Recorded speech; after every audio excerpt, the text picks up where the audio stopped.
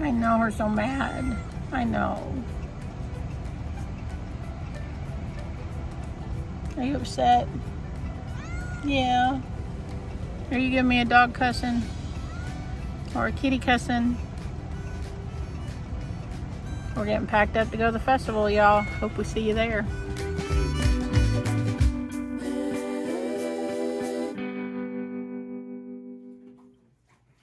Hey, welcome back to Two Old Crows Homestead. Shelly here. Randy's behind the scenes filming. We just got home from the Back to the Land Festival. I know, like, I'm a hot mess. My hair looks horrible. It needs to be cut, but it's okay. And I'm tired. But I wanted to show you a few things that we got. I didn't videotape a lot of stuff at the festival. I do have some footage of Billy from Perma Pastures Farm explaining some compost things, but I'm not going to give you all of it because seriously, you all need to go to his Patreon and support him. All of the stuff, the really cool composting stuff that he's been learning here lately, you can learn all about it on his Patreon channel. And seriously, it's $1 a month. For $1 a month, you can go and find out everything that he's been learning. Him and Michelle and William, all three of them have been learning about compost. And it's a really awesome new method. So go check him out. Okay, first of all, I want to give a shout out to Elizabeth and Chris. Go check them out on YouTube. It's Homestead Ridge, so Holmes, Stead Ridge. That's their YouTube channel. I'm covering up her phone number down here at the bottom. I don't know if she wants that publicized or whatever, but if you go to that QR code, if you know, when you can zoom in on that and it will come up with a QR code that will take you to their website, and that will take you to their YouTube channel. They're just starting out on YouTube. Go follow them and ring the bell for notifications, all that kind of stuff. Check them out. They're in Kentucky. We met them this weekend. Super, super nice people. I think you'll like their content. Next, I've got, let me find the card. Arcadia Knives. So this is Patrick Burns, and all of his information is on there. They have a Facebook page. They have, is the website on there? Their email is on here, a phone number to reach out to them. This guy makes amazing knives, and I'm going to show you the one that I got here in a second. I got a new knife for skinning for when we process our hogs. First of all, he made these earrings. Aren't those neat? He's got, these are made out of, they're wood, and they're like a kind of wood. I want to say like it's WHORL. Does that sound right? That's not right. I can't think of what it is, but he made these earrings, and then he also makes earrings out of deer antlers. He had all kinds of stuff up there. So the knife that I got, this is, it has a carbon blade. Yeah, these are the instructions on how to take care of it. The style of this is a small Bowie knife. The handle is made out of curly maple with blue acrylic and angelique. I'm not sure what that means. And it has a brown leather patch. So it comes with the brown leather patch, and then this is the knife. Isn't that neat? It's a beautiful knife. I love the blue acrylic that's in there. And so, you know, the knife goes all the way through there. I don't know a lot about knives but I know that, you know, like you want the blade to come all the way through there. You can see it all the way around here. So the blade of the knife, the handle is encased in the wood, but the blade goes all the way in there, and this thing just feels good in my hand. So, you know, I stood there and like kind of tested out a bunch of his knives, and I just decided on this one that I like this one the best. And again, I got it for skinning for hogs, for when we skin our hogs. but it's just, I don't know. I just think it's a really nice looking knife. So go check him out, like him on Facebook and follow him, reach out to him if you're looking for knives. He had tons of knives.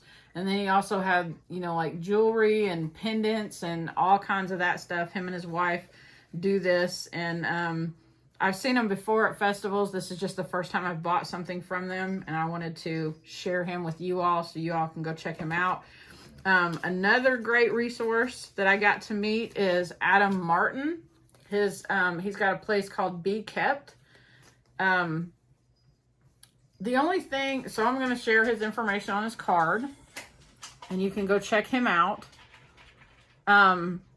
This guy is teaching an all natural way to keep bees, and he catches, I can't think of what he calls them. Is it rogue swarms?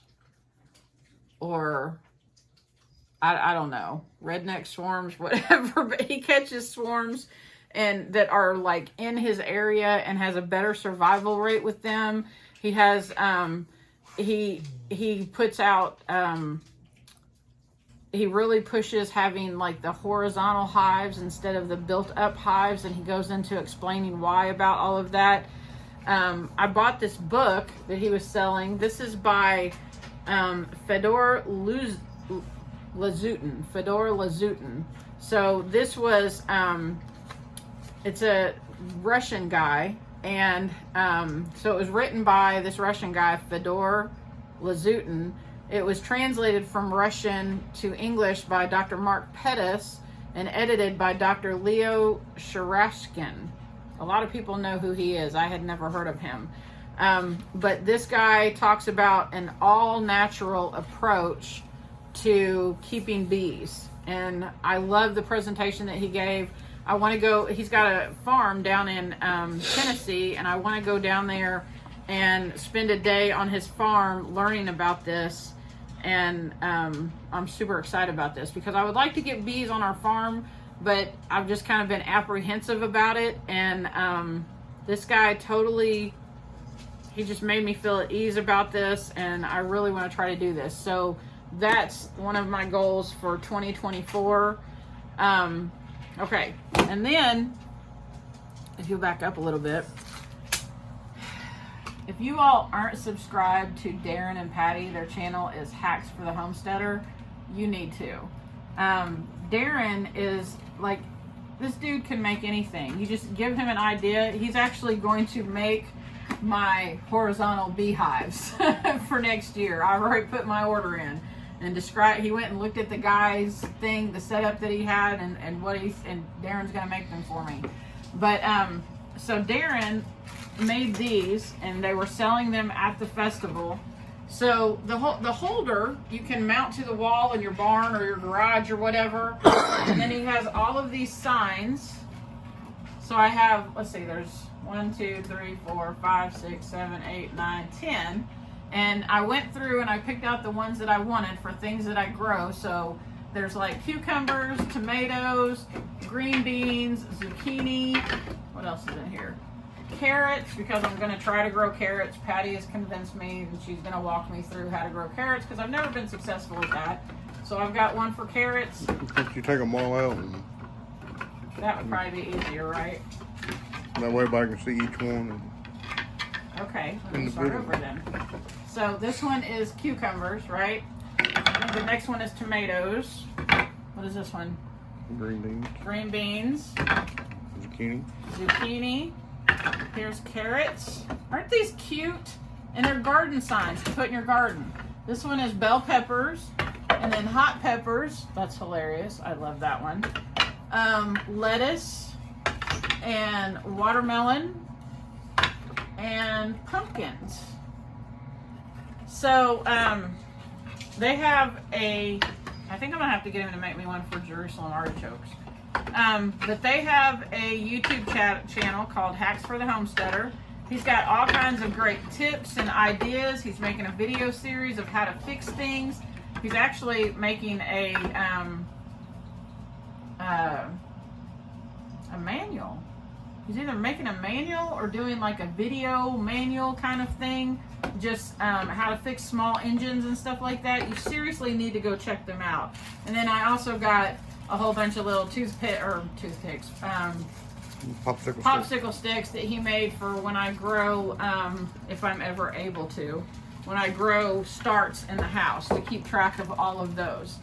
And then the last thing I have to show you, hold on just a minute, let me go get it. So the last thing I have is, if you're not subscribed to Grumpy Acres Farm on YouTube, you need to go get subscribed to them. Garen and Angela actually have a website. I want to say it's grumpyacresfarm.com. You can order freeze-dried food from them. She makes whole meals. Like she's got, oh my gosh, pot roast, beef stroganoff, chicken and rice. She's got Mexican dishes, and she's got goulash. She's got chili. There's all kinds of stuff. Tons and tons of really good meals. When we were at SRF last year, I bought some chicken fettuccine Alfredo from her, and she cooked it up for me right there at the festival. It was delicious. It was just as good as, you know, what you fix in your kitchen or go get at a restaurant or whatever. It's delicious. Her favorite, my absolute favorite thing that she makes, and I order these from her, are ham and cheese chips. They're so good. And if you get these, they're great for like a keto snack if you're doing keto, or even, I mean, I don't know about carnivore since it's got the cheese on it, but maybe. But seriously, all it is ham with powdered cheese sprinkled on it. When you eat one, like pop it in your mouth and let it, you know, just keep it in your mouth, and it starts to rehydrate, and then it just tastes amazing. But anyways, these are what I like to get these from her and snack on them.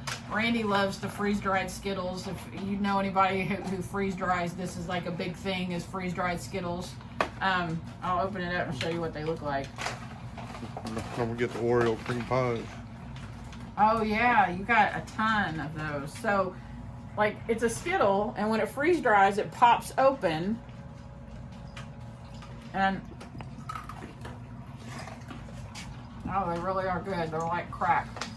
And Randy got a bunch of freeze-dried oatmeal cream pies, the Little Debbie oatmeal cream pies. He got a bunch of those. He might be getting back on his sugar habit. I hope not. But yeah, those are just some places to go check out, get some stuff, support some people. Keep your money.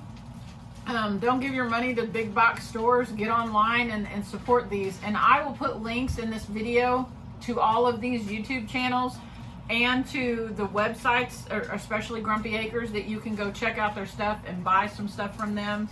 And yeah, go check them out. So I'm gonna put some video on here of Billy talking about compost. But you need to go check him out on Patreon. Subscribe to their Patreon so you can get all of the good info about the Elaine Ingham method that him and Michelle and William, all three of them, paid a lot of money to take that class, and they're sharing that information with us. So go help support them and check that out. And a shout out to Mr. and Mrs. H that you met. Oh yeah, shout out to Mr. and Mrs. H, Melanie and Clint. I'm so glad that you came up and introduced yourself to us. I was so excited to see you all and to meet you. And I'm pretty sure that you told me that you were coming to Bowling Green. Yeah, because you told me you already had your hotel room. So we'll see you at the Kentucky Sustainable Living, Homesteading, and Preparedness Festival in Bowling Green. Shout out to Bill and Karen. It was good to see you all again. Who else did we see? Gosh, I'm exhausted. I am seriously exhausted, and I need to go get in a shower, and I'm just tired, and I think I'm going to send Randy to go get Mexican because I'm hungry too.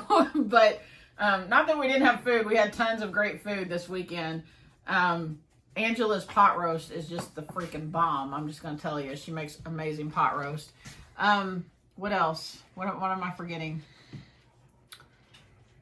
It was so great to see Matt and Gabby and Billy and Michelle and Tina and Chris from Honeysuckle Farm.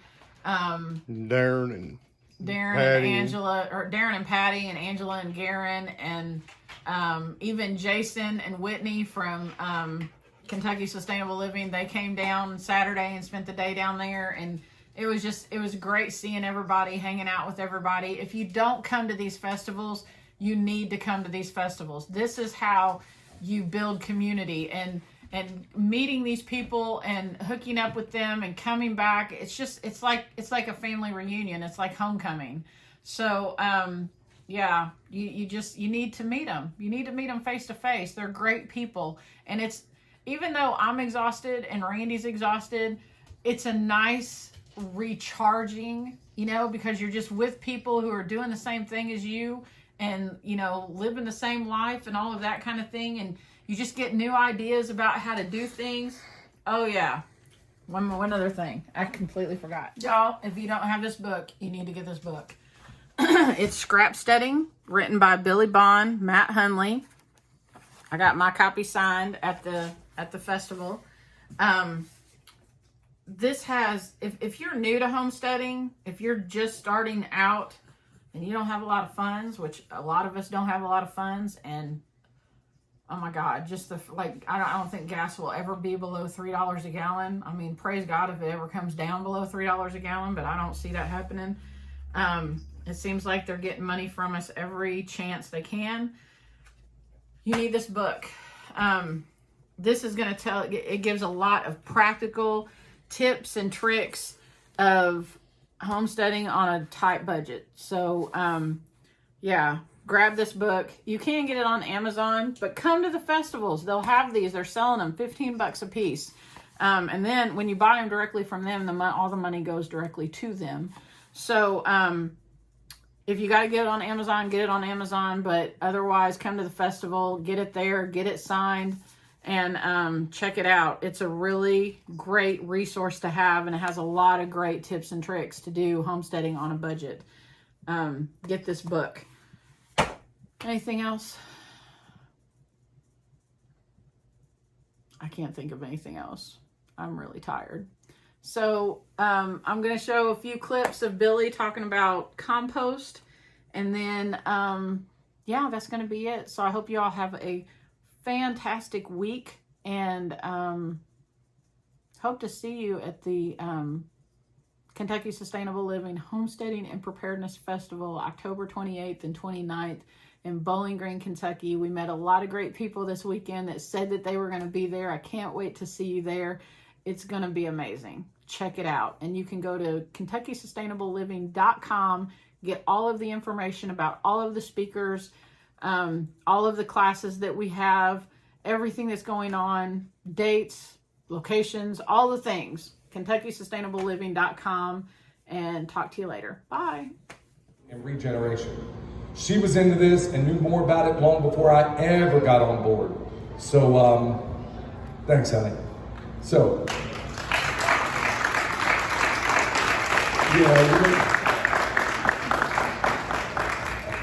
so I got her up here to help with the Q&A because I'm telling you what, she's like one of those little flywheels that Darren taught me about on that table back there, that once you get it going, it kind of gets going. So we're going to get her into it.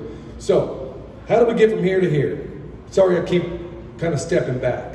We talked about the mining. We talked about where we are. Now, let's just talk about some of the big methods of composting, and then we're going to talk about the ones that you can use and you don't even know that you're using, as long as you're doing it, as long as you got good management. Just by a show of hands, not trying to put anybody on the spot, how many people in here have chickens? Okay? How many people, I'm saying chickens because it's the gateway drug to a whole lot of composting. We'll talk about that in a minute. How many people have goats? Okay, you people are masochists. There's Darren. How many people have sheep? How many people have cows? How many people don't have anything? Okay, there's not a person in this room that ain't gonna benefit from what we're gonna talk about. Because no matter, if you look around you, nature provides everything you need, and we're going to talk about how you can do that. And in the Q&A, we're going to spend a fair amount of time doing the Q&A. We're going to talk about all those things that you may not have considered that could be used as composting. Okay, so There's a bunch of different methods out here. One that we've been a high proponent of is called the Berkeley method, or the 18-day method of composting. There's some people, when we said you could do this, thought we were crazy, but it's been done forever, especially in places like Australia. The Berkeley method, you basically take your carbon, your nitrogen, you put it together, and then over the course of 18 days, you flip it about 9 times. That means physically getting out there, flipping this, and at the end of 18 days, if you did it absolutely perfectly, you're gonna wind up with compost that's ready to rock and roll, okay? Now, there's a downside to all that. How many people have gone and bought compost, let's say in a municipality or whatever, or some of these places, how many people have done that? How many times have you bought it and there was steam coming up off that pile? Yeah. Anybody? Yeah. 9 times out of 10, when you buy it, there's steam coming off that pile. That is the last compost on earth you should have used. Okay? Michelle, let's see if we got another microphone. Test. Is there... It's on, just not very loud. Okay. Here, let me... Okay. I'll go ahead and take... Test. Okay, cool. You can hear me now. She's going to kind of fill in the gaps of anything I'm missing. Now, when you buy compost out there and it has steam coming up off of it, there's nothing wrong with buying compost out there. But if it's hot, it is not done composting. Okay? Michelle, do you have anything to say regarding as to why that's a problem? Well, it's also sterile. When the typical municipality composting process is a sterilization product, so there's no life in the soil either. Right, so what she's getting at is that when you buy this stuff, when you use, let's say, the Berkeley method, I'm telling everybody here, it's very important. Whenever you make compost, make sure it comes to ambient temperature, because it's not done composting yet. Your soil life is not kicking off. Now, everybody's thinking, okay, let me test the NPK, the nitrogen, the potassium, the phosphorus. We now know that that is a fool's errand looking at those values. It really is. There's people out there, geniuses, like Dr. Elaine Ingham, who have proven it over and over and over again. How many people have heard of the Johnson-Su bioreactor? Okay, Dr. David Johnson, same thing, proved that NPK, now I'm gonna floor people when I say this, that there is no correlation between nitrogen, potassium, and phosphorus and the growth of your plants. We'll come to that in a minute. I know right there has got a lot of people saying, what? What did he say? No, there's a little correlation, but it's not what you think. Michelle, you want to tell them what the real value is when it comes to composting? It's not NPK. What is it? It's how much life you have in your soil, because the life that's in your soil makes the nutrients available to your plants. Now, what is that life? When we talk about life in the soil, we have particles. So I don't care what soil it is, y'all. Dr. David Johnson and Elaine Ingham have proven beyond all doubt that no matter the soil, it already has everything you need in it. So your bacteria, Get closer to your mic. So your bacteria, your protozoa, which are your amoebas, your flagellates, they break down, the microarthropods and the earthworms eat the bacteria and make the nutrients available to the plants so that they can, there's plenty of minerals in your soil.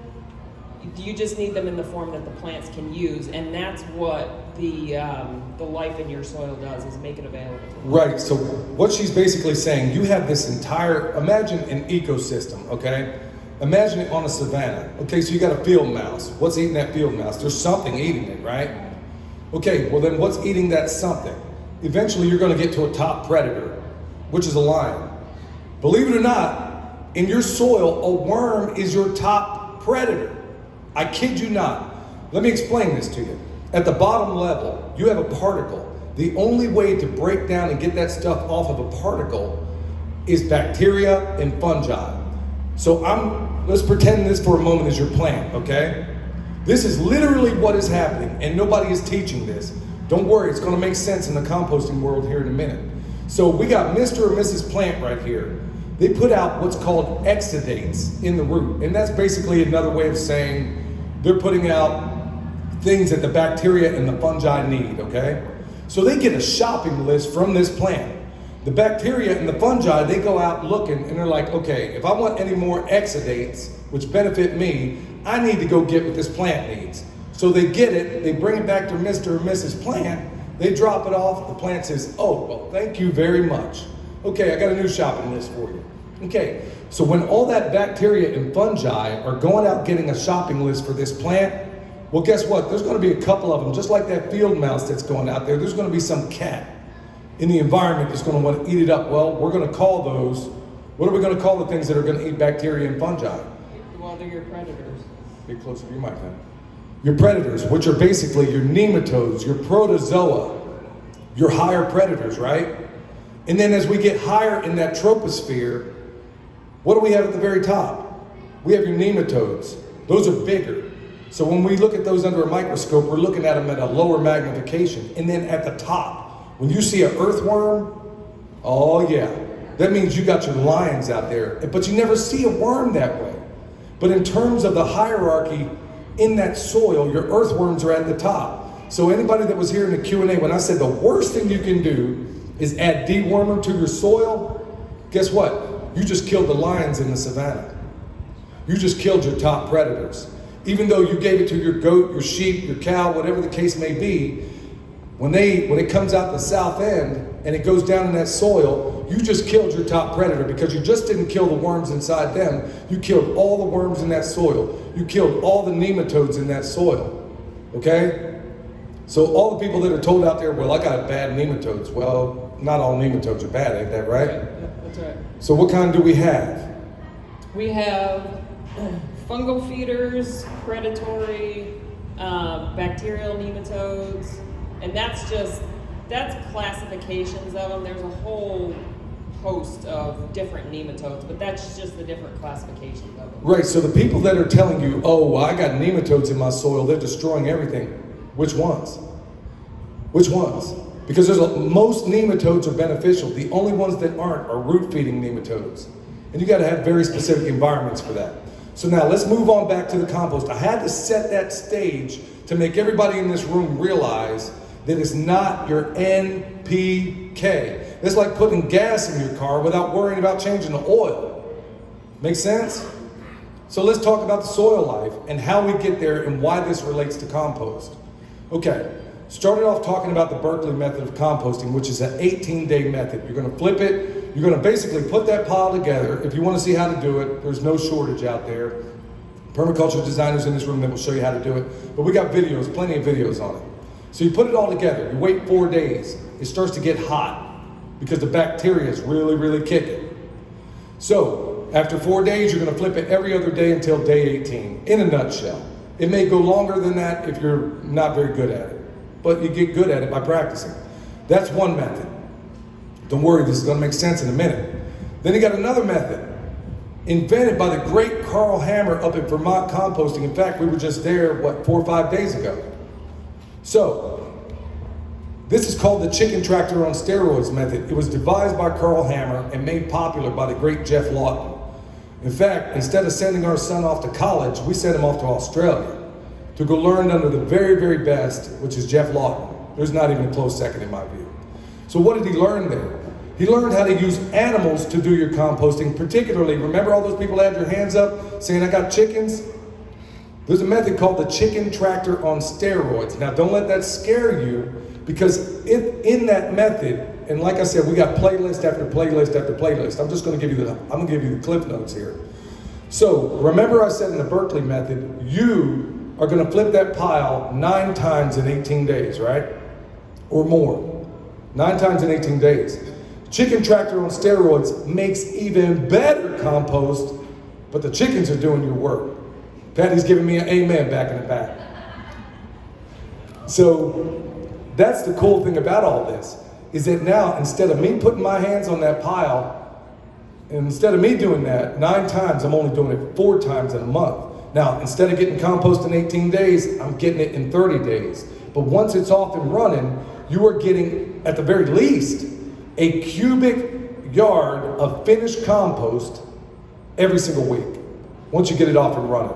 Now, I'm not here to give you I could draw it out on this, good night. I can basically erase what Chris wrote up here. It looks like a science experiment up here. I could erase, but really that's probably a benefit to many people. What I'm trying to say is that there is a method using your chickens to make compost in 30 days. Okay. And then there's that other method, which I think is the most superior, easiest method for nearly, and I'm going to say nearly, everybody in this room. How many people are on 100 acres? How many people are on 50 acres? How many people are on 10 acres? How many people are on 5 acres? How many people are on 1 acre? How many people are on a city lot? Even though the fewest hands went up there, that is the majority, that is 80% of the United States of America. I'm sorry, amnesia. 80% of the United States can't relate to most of us that live on large acreage, but most of them can relate to a city lot. So people throw their hands in the air and they say, well, I can't compost, man, I don't. Yes, you can. In fact, you can do it easier in a place like that because the smaller the footprint you're working in, the more intensive you can make it. We can come to that later. So I'm going to suggest to you another method, and we have something of a course. You can $1, you can learn how to do it. Okay, we got to charge you something for it, or you think it's worthless. So if you go to our Patreon, we kind of go chapter and verse from the starting materials to the whole process. And this is Dr. Ingham's method, but the benefit of what we've done, as we've done with Food Forests and Orchards, is that we've taken Dr. Ingham's method, combined it with Jeff Lawton's method, combined it with Carl Hammer's method, combined it all into what I'm going to call a unified field theory of composting, okay? Yeah, God bless you. Have a great day.